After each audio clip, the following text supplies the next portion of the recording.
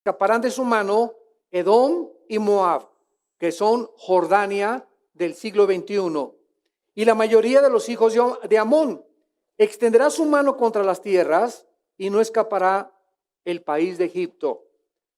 Se apoderará de los tesoros de oro y plata y de todas las cosas preciosas de Egipto, y los de Libia y de Etiopía le seguirán, pero noticias del oriente y del norte lo atemorizarán. Y saldrá con gran ira para destruir y matar a muchos, y plantará las tiendas de su palacio entre los mares y el glorioso monte, y llegará a su fin, y no tendrá quien le ayude. El Señor Jesús dijo claramente que las guerras no iban a terminar. Muchas guerras son males necesarios.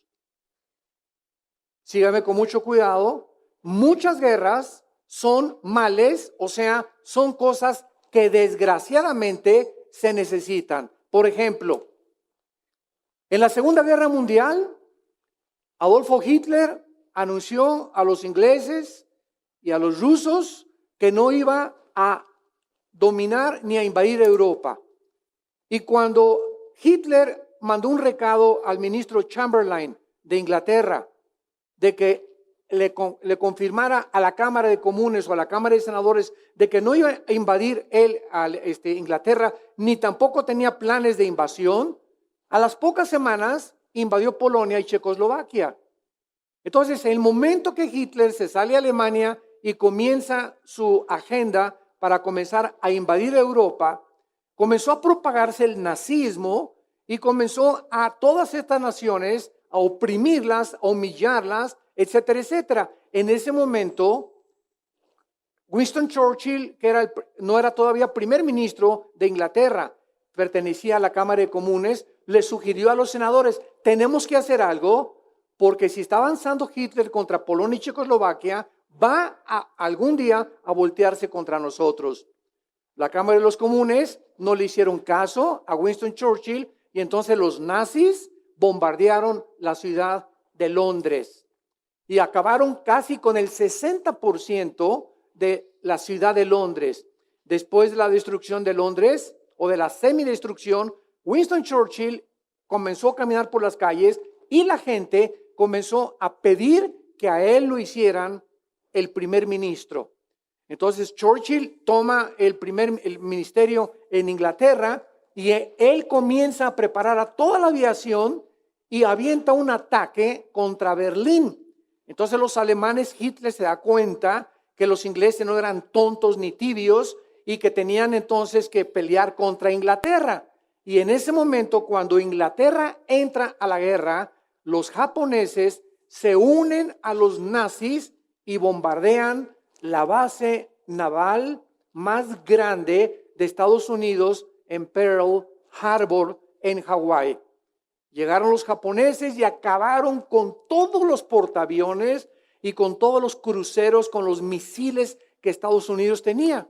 Entonces el presidente Roosevelt, en ese momento, él se para en la Cámara de Senadores y le anuncia a Estados Unidos, estamos en guerra. Tenemos que hacer algo y tenemos que contestar porque si no los japoneses van a acabar con nosotros. Entonces ahí se inicia realmente la Segunda Guerra Mundial cuando Estados Unidos se une con Inglaterra y se une con Rusia para detener el nazismo. Esto es un ejemplo de una guerra que era necesaria, desgraciadamente, para impedir que un loco dictador psicópata se apoderara del mundo. Tenemos otro ejemplo en 1990-91. El ex dictador de Irak, Saddam Hussein, invade Kuwait y él tiene el propósito de apoderarse del petróleo de Kuwait, porque actualmente entre Irán, Arabia Saudita e Irak se encuentra el 65% de las reservas petroleras del mundo, simplemente en esa área geográfica. Entonces Hussein se apodera de Kuwait y entonces el presidente, el papá ya que tiene ahorita 93 años, George Bush, convoca a 29 naciones. Se hace una alianza de 29 naciones y atacan a Saddam Hussein para sacarlo de Kuwait e impedir que se apodere del petróleo y no ponga al mundo de rodillas. La guerra del Golfo Pérsico fue otra guerra necesaria que tenía que hacerse para poder defender la libertad e impedir que dictadores se apoderen de la mayor parte del mundo. Entonces Jesús lo dijo en Mateo 24, habrá guerras y rumores de guerras. Y ahorita nos encontramos en el siglo XXI y estamos llenos de rumores de guerras. Actualmente, el presidente o el dictador Lee Jong de Corea del Norte ha mandado 5 misiles nucleares como pruebas. Parece que el último que mandó hace algunos meses era una bomba de hidrógeno que explotó dentro de la Tierra. Y ha amenazado públicamente de mandar misiles contra Estados Unidos y contra Europa. Tenemos también a otra persona, ¿verdad? El presidente Assad, que quería apoderarse, ¿verdad?, de todo el Medio Oriente, el grupo de ISIS que quiere establecer el califato. Actualmente Japón se está quejando de que China, en el mar que está entre China, Finlandia e Indonesia, están conquistando los chinos con barcos de guerra islas, apoderándose de esas islas. Japón está protestando. Estados Unidos ahorita se encuentra en un detente, no ha intervenido en Europa, no intervino cuando Putin avanzó sobre Ucrania, y el mundo se encuentra ahorita en un vacío global de poder, donde ya todos están tratando de apoderarse del petróleo o del oro o del mar o de la tierra, porque ya no hay policía en el mundo. Desde 1945, que terminó la Segunda Guerra Mundial, Estados Unidos de Norteamérica se levantó como la potencia mundial, económica, militar y política más grande del mundo entero. Actualmente, Estados Unidos, desde que entró el presidente Obama, se retiró completamente. Sacaron los soldados de Irak, sacaron los soldados del Medio Oriente, sacaron los soldados de Afganistán y de Pakistán. Y entonces Rusia está tratando de brincar al Medio Oriente para controlar el Medio Oriente. China lo está apoyando, Irán lo está apoyando con fisión nuclear y desarrollando el plutonio 235, material para fabricar la bomba atómica. Y nos encontramos en un mundo inestable, incierto, confundido, que en cualquier momento, ya sea el dictador de Corea del Norte, o ya sea Rusia, o ya sea Irán, mandan bombas nucleares donde sumen al mundo en una tercera guerra mundial. Y la Biblia habla claramente que antes de que venga Jesucristo, el mundo atravesará 3 guerras más, de las cuales vamos a ver cuántas podemos mencionar, que van a ser 2, y la tercera, el Armagedón, que es la tercera guerra mundial. Veamos pues a continuación que ante esta situación se vislumbra en el horizonte un futuro dictador mundial, un hombre diabólico, despiadado, inteligente, sumamente sabio, diabólicamente desde luego, y sanguinario, que la Biblia le llama el anticristo, le llama el cuerno pequeño, le llama la bestia, le llama de muchos nombres, pero principalmente es el anticristo en Primera de Juan capítulo 2. Veamos rápidamente que el apóstol Juan es el único que le menciona con el anticristo. Dice Primera de Juan capítulo 2, versículo 18. Hijitos, ya es el último tiempo, y según vosotros oísteis que el anticristo viene, así ahora han surgido muchos anticristos. Por esto conocemos que es el último tiempo. Aquí nos vemos claramente que el último tiempo o los últimos tiempos, ¿cuándo comenzaron? Desde hace 2000 años. O sea, este periodo de 2000 años, desde Cristo a nuestros días, se conoce en la Biblia como la dispensación de la gracia, o como el último o como los últimos tiempos. Entonces ya desde los tiempos de Cristo, cuando Él murió, y que Juan fue el último apóstol en morir, ya había personas que se estaban levantando en contra de Jesucristo. Y cualquier persona que se levante contra Cristo, sin que lo sepa esa persona, tiene un espíritu de anticristo, aunque no necesariamente es el anticristo. Déjenme explicarles. La palabra anticristo significa dos cosas, a los que lo quieran apuntar. En el lugar de Cristo o en contra de Cristo. Anti es en el lugar o que quiere ocupar una posición de Mesías o está en contra del Cristo ungido de Dios. Entonces, desde aquellos tiempos hasta nuestros días han surgido cantidad de personas, pero cantidad de personas, y solamente les voy a mencionar algunas. Jim Jones, 1978, que se llevó a la Guyana junto a Venezuela a 1,000 personas, diciéndoles que él era Dios, que le llamaran el Padre, y que finalmente cuando los senadores norteamericanos enviaron a investigar qué estaba pasando en la Guyana, los envenenó con Kool-Aid y con una porción venenosa potentísima, y llegaron a la Guyana y encontraron a 1,000 personas boca abajo, todas muertas. Él se dio un tiro en la cabeza. Otro hombre, David Koresh, en Waco, Texas, que en los 80s hizo un castillo, era un lugar grandísimo, y comenzó a juntar a mucha gente, y todos estos tienen el mismo perfil psicológico. David Koresh comenzó a decirle a la gente que él era el séptimo ángel del Apocalipsis, que él era realmente el Mesías, y a las mujeres se las quitó a sus esposos, les dijo que él era el papucho de papuchos, que él era al quien le tenían las esposas que acostarse con él para que él fuera el padre de toda la nueva generación. Lo mismo que hizo exactamente Jim Jones, lo mismo que hizo David Koresh.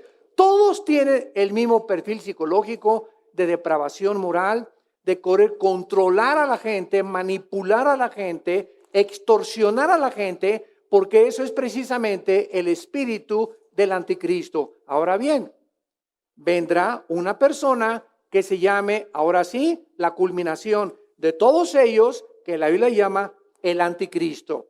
No será una computadora, no será una organización, será un hombre como tú y como yo, con la única excepción que posiblemente, o sea, un clon o alguien híbrido, porque él tendrá una mezcla de ángeles caídos y de seres humanos. Lo mismo que pasó en Génesis 6, cuando los ángeles pervirtieron el ADN de los seres humanos, produciendo monstruos de 4 metros de altura, con 12 dedos en los pies y 12 dedos en las manos. Entonces, la perversión genética y la manipulación genética que ya estamos viendo actualmente en laboratorios clandestinos, tal vez en Alemania, en muchas partes del mundo, ya están llevando experimentos para cruzar una especie con otra especie, lo que produce, ¿verdad?, algo híbrido, y que la Biblia lo profetizó hace 4,500 años en el libro del Génesis. La semilla tiene que dar el fruto de la semilla y del código genético que trae la uva. La uva trae un código genético que produce uvas, la naranja, naranjas, la sandía, sandía, el melón, melón. La sandía de melón no tiene información para producir uvas. La información genética del melón produce melones. El esperma de un chango produce changos. El esperma del humano produce humanos.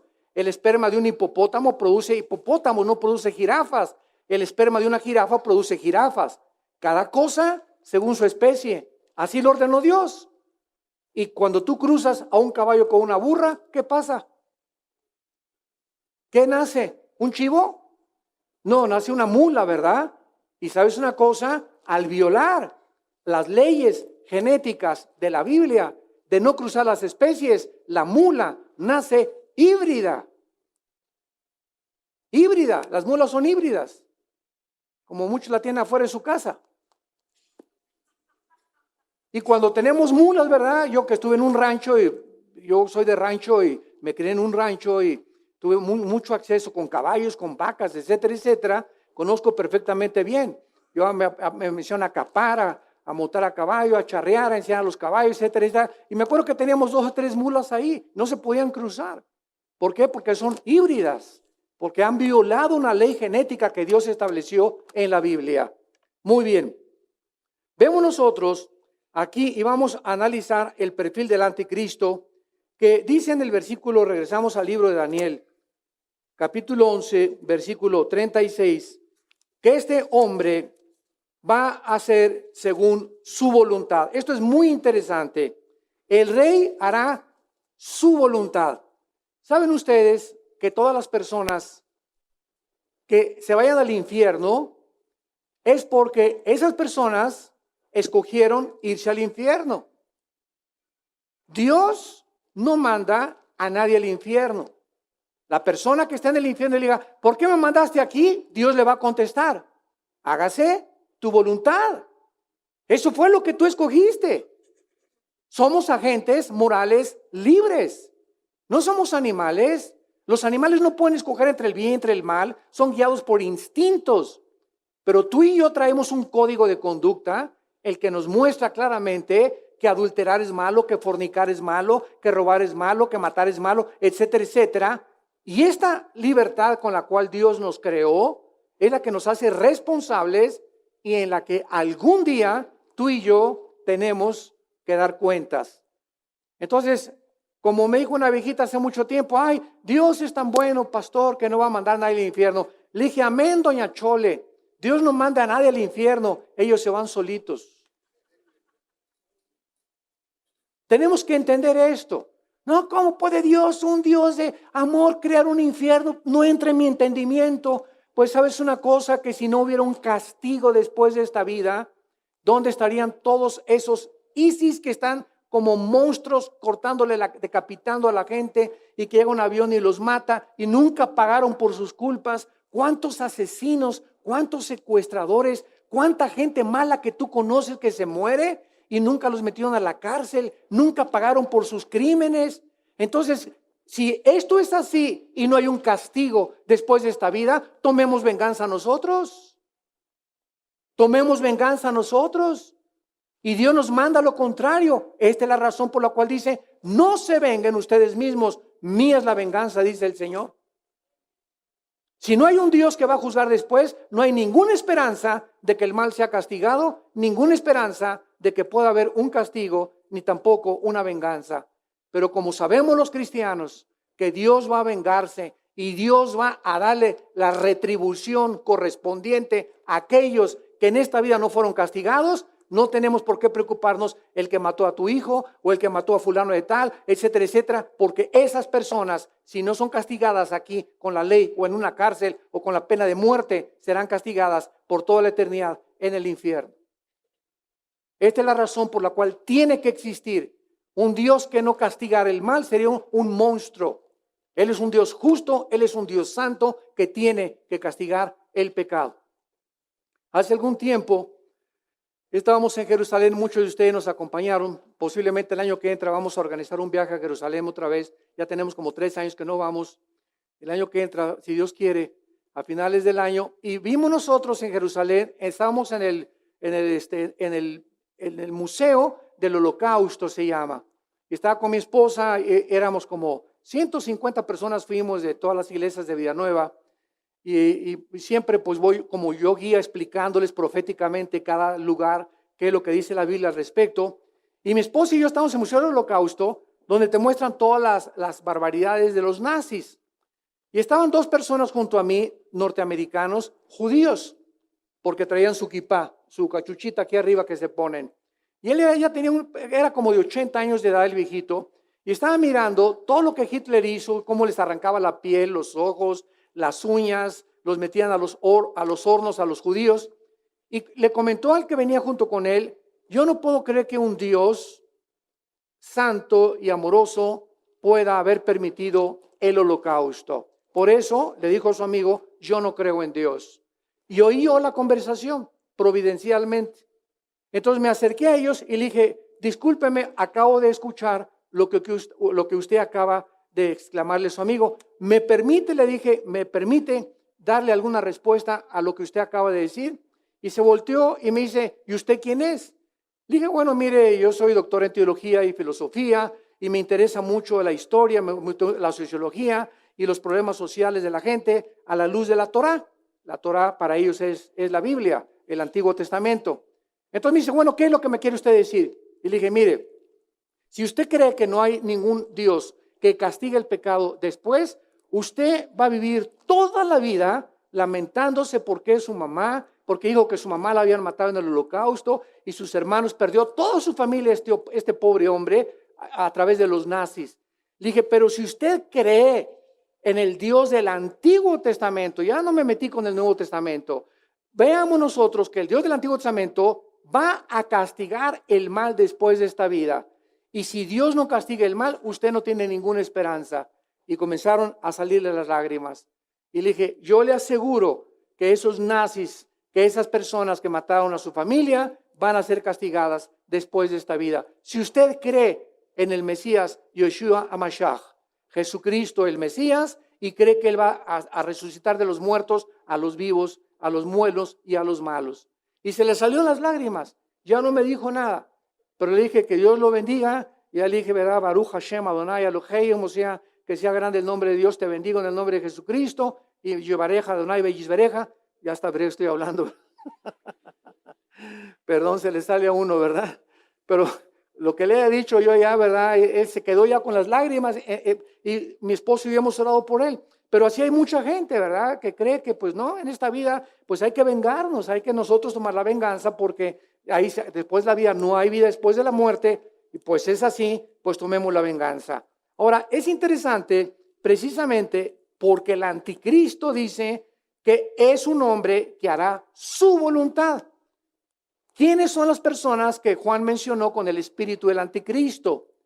Las personas que rechazan el evangelio de Cristo y le dicen a Dios, no me importa lo que tu hijo hizo en la cruz, no me importa lo que Jesucristo dijo, no me importa nada, Dios, déjame hacer mi voluntad. Yo quiero poner mis leyes, yo quiero hacer mis mandamientos, yo quiero establecer mis códigos de conducta, no permito que nadie se meta con mi vida. Esa es la Biblia, tonterías, el Dios, etcétera, etcétera. Cada quien puede tener su propio Dios. Desde el cielo, Dios te dice, haz tu voluntad. No hay ningún problema. Pero cuando venimos al cristianismo, nos encontramos que tenemos que hincarnos ante un Dios que ha puesto Él las reglas. Y Él es el que ha determinado lo que es bueno y lo que es malo. Y cuando nosotros encontramos ese Dios que en Jesucristo se manifestó, ¿qué es el cristianismo? Seres humanos que han reconocido que no somos dioses y que tenemos que postrarnos ante alguien superior que es el Dios vivo y verdadero que estableció las leyes y le decimos, haz tu voluntad en los cielos como en la tierra, no la mía ya.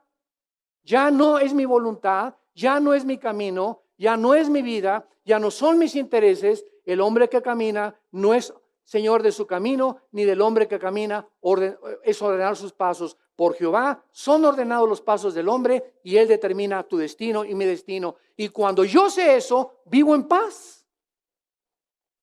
Ya no me tengo que preguntar, ¿y qué seré? ¿Arquitecto? ¿Trapecista? ¿Corredor de coches? ¿Chofer? ¿Cantante? ¿Pastor? ¿O misionero? ¿O médico? Ya no tengo por qué preocuparme por eso. Porque, Señor, yo no sé. Yo lo único que sé es que tú tienes un plan perfecto. Tú tienes un mejor destino que el que yo puedo escoger. Me rindo ante tu voluntad. Guíame según tu consejo. Por sendas de justicia, guíame. Pastoréame por sendas de justicia y aunque a donde vaya de muerte no tendré mal alguno. Y descansas en Dios. ¿Y sabes qué pasa? ¿Sabes qué pasa? Cuando un ser humano se rinde de esta manera a Dios, que Dios milagrosamente comienza a abrirte caminos y puertas que tú no te imaginabas para guiarte al propósito por el cual Él te creó. Esto es lo maravilloso de poder descansar en Dios y sus promesas. ¿Quién es un ejemplo de esto? La Virgen María. La Virgen María estaba comprometida con José. Se iban a casar. Y en aquel tiempo una mujer embarazada sin casarse, bueno, era lo peor que le podía pasar a una mujer. Venía el cuchicheo y todo, y ya le viste, y por aquí, por allá. Y entonces se le aparece un ángel a la Virgen María y le dice a la Virgen María, vas a ser mamá. Y le dice María, pero Pepe, tú y yo nada, ni a Cancún nos hemos ido. Ni la luna de miel tenemos, ¿cómo que voy a ser mamá? Espérame tantito, le dice el ángel Gabriel, el santo ser que van a ser dentro de ti no va a ser el producto del esperma Y de tu esposo José. El Espíritu Santo te va a cubrir, María, porque si José tiene relaciones contigo, el Hijo de Dios nacería en pecado, porque la semilla la transmite el hombre a través del esperma Y o del cromosoma Y, que es el que determina el género masculino. El X determina el femenino, el Y el masculino. Entonces el esperma Y, que es el que tenía José y que si hubiera cruzado con María, hubiera nacido con pecado. Entonces María descubre que algo milagroso va a pasar. Y en ese momento María podía pensar, Dios mío, me van a ver con mi pancita sin haberme casado. ¿Y qué les voy a decir a mi vecindario? Ahí en Tlalnepantla todos me van a comenzar a chiflar y a hacer burla. En Toluca peor. Y ella tenía que pagar el precio. ¿Y qué hizo María? Ante toda la cosa que se iba a presentar en su futuro, hágase conmigo según tu voluntad. Rindió, ¿qué cosa? Su voluntad a Dios. Y eso es el ejemplo que todos tenemos que seguir. Señor, hágase tu voluntad. Cuando Jesús en Getsemaní se enfrentó con que en 1 hora, 2 horas, el Padre se iba a separar de él en la cruz. Y entre las 12 y las 3 de la tarde, el Hijo de Dios iba a morir abandonado por su Padre, que fueron las 3 horas de oscuridad que hubo entre las 12 y las 3. Algo misterioso pasó entre el Hijo y el Padre, que Dios no permite que el ser humano penetrara en esa oscuridad. Algo misterioso pasó en ese momento entre el Padre y el Hijo, y en Getsemaní Cristo no tenía miedo a los clavos, no tenía miedo al chicote romano de 7, 8 colas que tenían puntas de hueso y puntas de plomo y que se enrollaban y arrancaban todos los tejidos subcutáneos de las víctimas y de los sentenciados. Jesucristo no tenía miedo a la tortura. Jesucristo comenzó a sudar gotas de sangre, hidromatosis se llama esto en la ciencia, que salía de sus poros la sangre de la presión tan grande en la que se encontró. Y por cierto, la palabra Getsemaní significa la presión del aceite o aceite prensado. Qué interesante. Y Jesús en ese momento le dijo, Señor, si es posible, si hay otro camino, dile, Señor, que mejor, mira, cada quien que siga sus religiones, Dios mío. Y que nos vemos todos, que se porten bien, que coman palomitas, ¿verdad? Y que hagan el bien y nos vemos todos en el cielo. O manda un ángel aquí en lugar mío. Si es posible, Señor, hay otro camino para salvar a los seres humanos. No hay otro camino más que mi muerte en la cruz. Y Dios le contestó, así es, hijo mío, no hay otro camino. Porque está establecido que sin derramamiento de sangre no hay remisión de pecados. Y en esa cruz, tú eres el único que puede morir porque eres Dios y eres hombre. Entonces no puedo mandar a un ángel porque no pecamos contra los ángeles. No puedo mandar que un papa muera en esa cruz, ni una virgen, ni un santo, porque también son pecadores como tú y como todos los demás, nos dice Dios a nosotros. Pero tú, hijo mío, eres Dios y eres hombre, y en la cruz solo Dios nos puede perdonar. El Mesías tenía que ser Dios y tenía que ser hombre para identificarse con nosotros. Y 3 veces Cristo oró y finalmente, ¿qué fue lo que hizo Jesús? Mas no se haga mi voluntad, sino tu voluntad. Padre, no te lleves a Chencho, lo quiero a mi novio, Padre. Ya me dijeron que anda con otra. Pero no sea mi voluntad, llévatelo, Señor. Si me va a lastimar, no es mi voluntad. No me quiero aferrar a nadie. No me quites esto, Señor. No me quites aquello, Señor. No me lleves a ese lugar. Pero, Dios, otra vez cobro conciencia. No se haga mi voluntad. Si me quieres llevar a Veracruz, si me quieres llevar a este lugar, y esa es tu voluntad, y ese es tu plan, no me importa dónde esté, yo sé que donde yo esté, tendré tu bendición, porque es tu voluntad. Uno de los problemas más grandes que tenemos nosotros los pastores, bueno, al ministrar yo a muchos pastores y mis hermanos pastores, muchos pastores llegan y a donde quiera que viajo, queremos consejería, pastor, con mucho gusto, ¿verdad? Estamos para eso, para aconsejar también a nuestros hermanos pastores. Y la mayor parte de los pastores me dicen, es que siento el llamado de irme a trabajar a Yucatán, por ejemplo, pero mi esposa no quiere. Siento el llamado de irme a este lugar, pero mi esposa no quiere. Y ese problema muchas veces en las mujeres es terrible, porque creemos, hablo con la esposa, o mi esposa habla con la esposa y le dice, oye, Chanchita, ¿por qué no te quieres ir con tu esposa? Es que aquí estamos contentos, en Yucatán hay muchos moscos, y hay unos tarántulas de este tamaño, etcétera, etcétera. Y mira, Chanchita, no veas las cosas negativas. Si es la voluntad de Dios que tú te vayas allá vas a tener paz y ser feliz. Pero no es en el lugar confortable donde tú crees que tienes todas tus necesidades satisfechas, donde vas a ser feliz. Esto es una mentira. Pero el diablo viene y nos da comodidades, ¿verdad? Y muchas veces Dios nos quiere sacar de nuestra área de confort, donde estamos viviendo, ¿verdad? Como los americanos, mientras tengan su aire acondicionado, su coche y todo, son felices. Y si los mueves de ahí, ya comienzan a pegar de gritos. Y aquí hay muchos mexicanos igual y muchos de otras nacionalidades. No nos gusta que nos saquen de nuestra área de confort. Pero cuando venimos a Cristo, ya no es mi voluntad, sino la voluntad de Él. Y esta es la característica de un hombre y de una mujer de Dios, que siempre está continuando diciéndole al Señor, Señor, haz tu voluntad. Te llevaste a mi esposa, haz tu voluntad.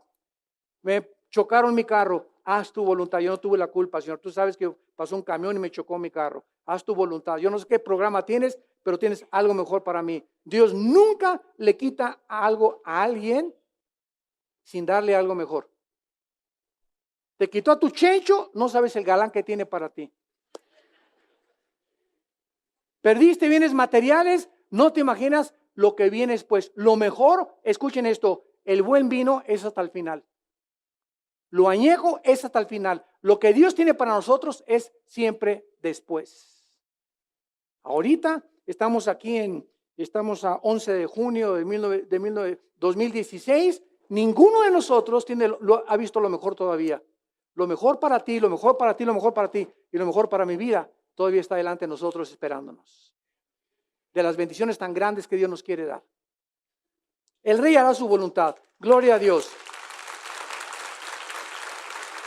Ahora,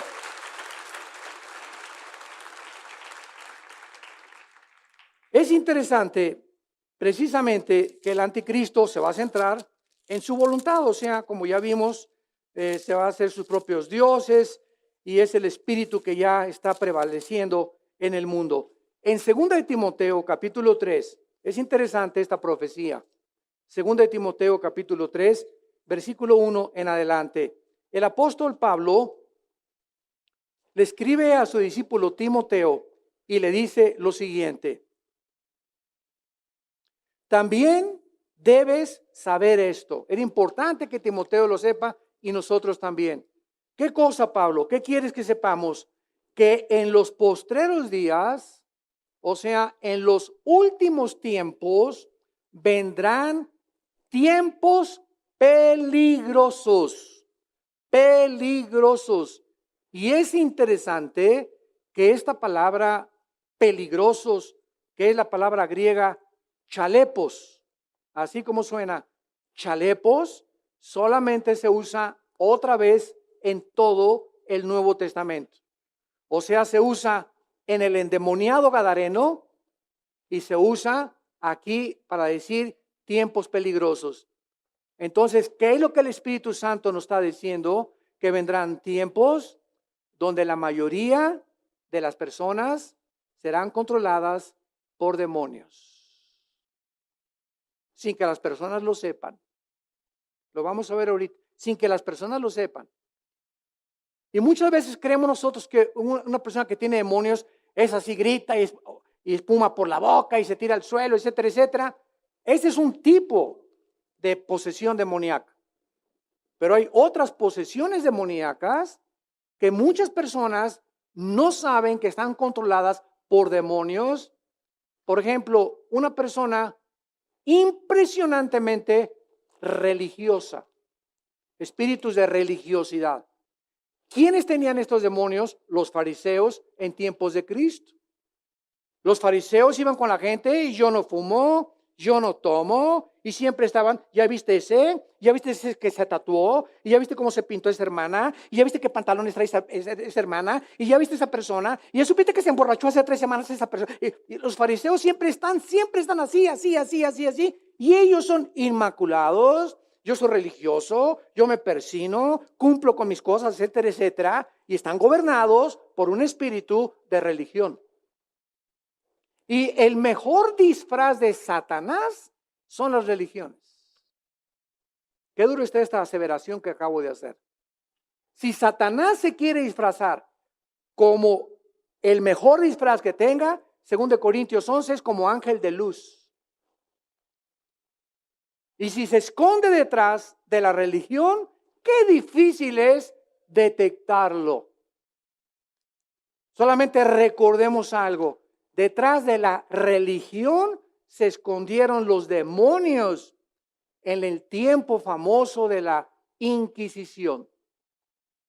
Miles de cristianos en el nombre de Dios fueron torturados, abiertos de las piernas, con los ojos sacados, quemados vivos, porque no aceptaban una religión. 500 años en el nombre de una religión se comenzó a torturar y a matar seres humanos.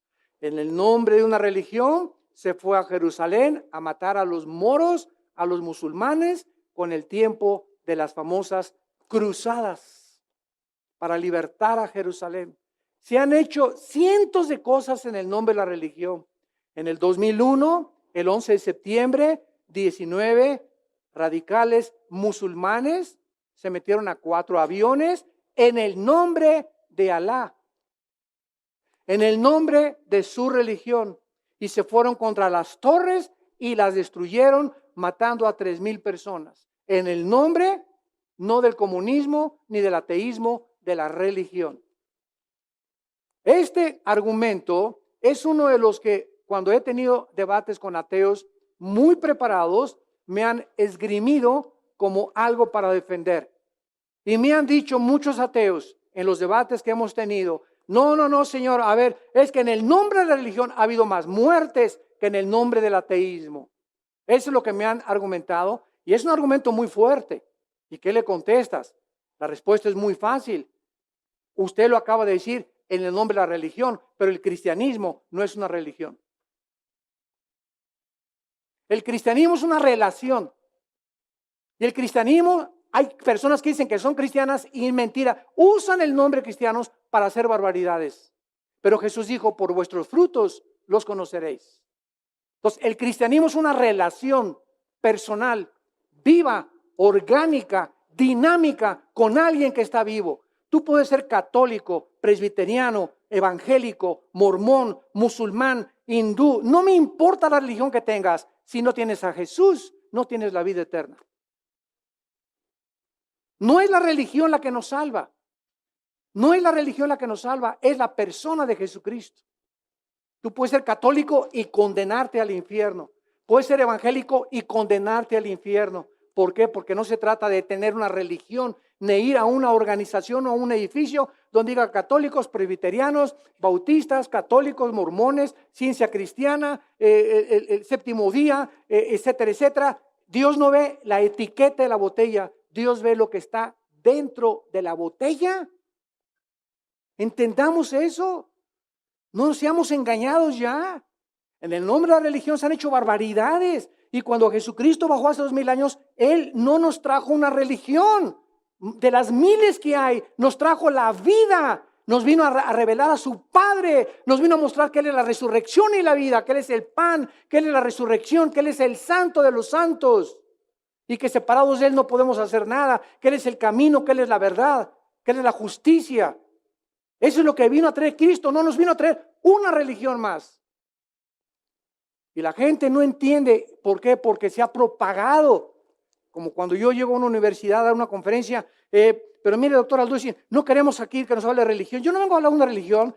¿Cómo usted trae la Biblia? Oiga, la Biblia no es un libro religioso. La Biblia contiene arqueología, sociología, literatura, poesía, genética, química, física, antropología, cualquier disciplina académica que usted tenga, aquí la tiene. Y si quiere hablar de ciencia, aquí está. Les vengo a hablar de genética, aquí está. Les vengo a hablar de química y física, aquí están las leyes físicas y químicas antes de que se descubrieran.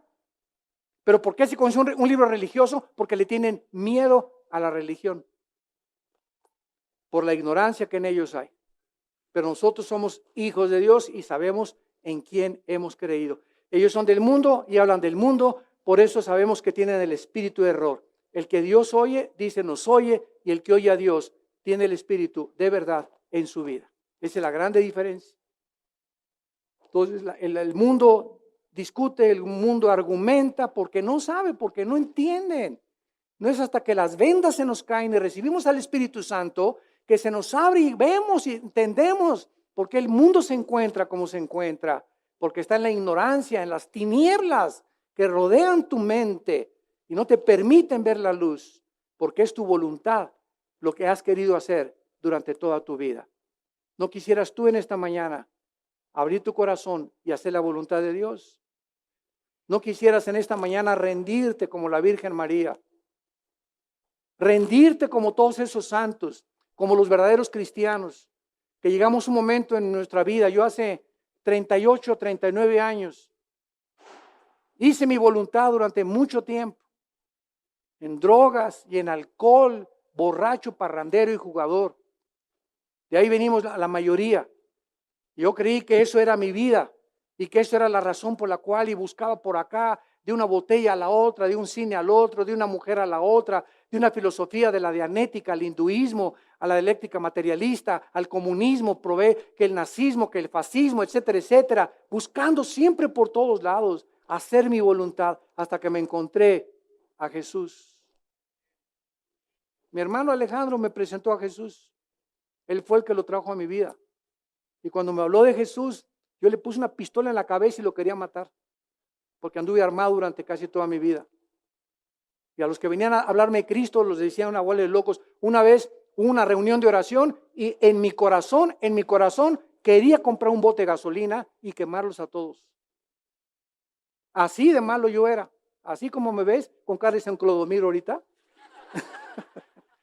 Así estaba mi corazón de infectado. Traía un odio tremendo contra todo, contra la autoridad. Quería vengarme de todo. Estaba enojado con todo, con mis padres, con la religión. Vi que era una hipocresía la religión, que los sistemas gubernamentales, sociales eran una hipocresía. No sabía qué hacer con mi vida. Hasta que se aparece Jesús. Y me dice, yo soy la razón por la cual tú estás buscando lo que estás buscando. Y si tú vienes a mí, ríos de agua viva saltarán dentro de tu ser, porque yo soy el camino, la verdad y la vida.